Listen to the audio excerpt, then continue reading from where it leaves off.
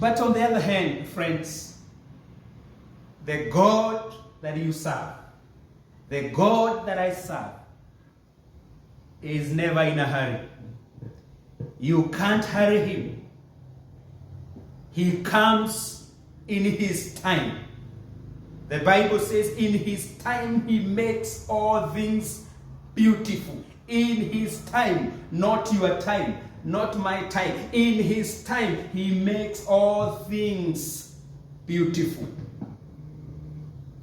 And so here we find ourselves in a dilemma, because we are wired, we are created to want things to happen immediately.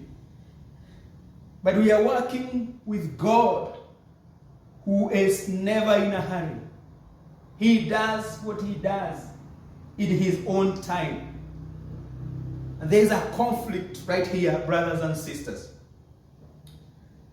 From our text, David does not tell us what kind of a pit he was in. But some Bibles, I believe King James says, he was in a horrible pit. And I believe it is not a physical pit. It's a situation that looked like a pit. And it was horrible. It was distressing. He was in a situation that was horrible. And while he was there, he stayed for some time.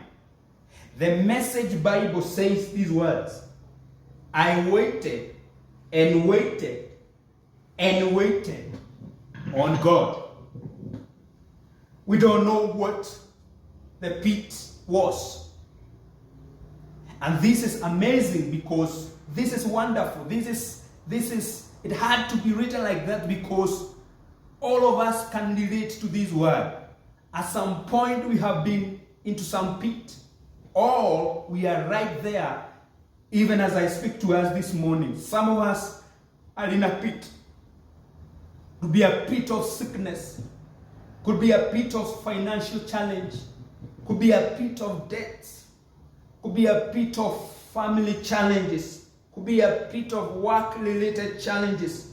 Could be a spiritual challenge that is like a pit that you are in, unable to get yourself out. We can all relate to this Psalm of David. You see, friends, God didn't act immediately. That's why there is a repetition of waiting and waiting. But David, friends, this is my first point, had an attitude of expectation. I believe every morning he woke up saying, today may be my day of getting out of this pit. And this morning, friends, this is my challenge for all of us this morning. I don't know what kind of a pit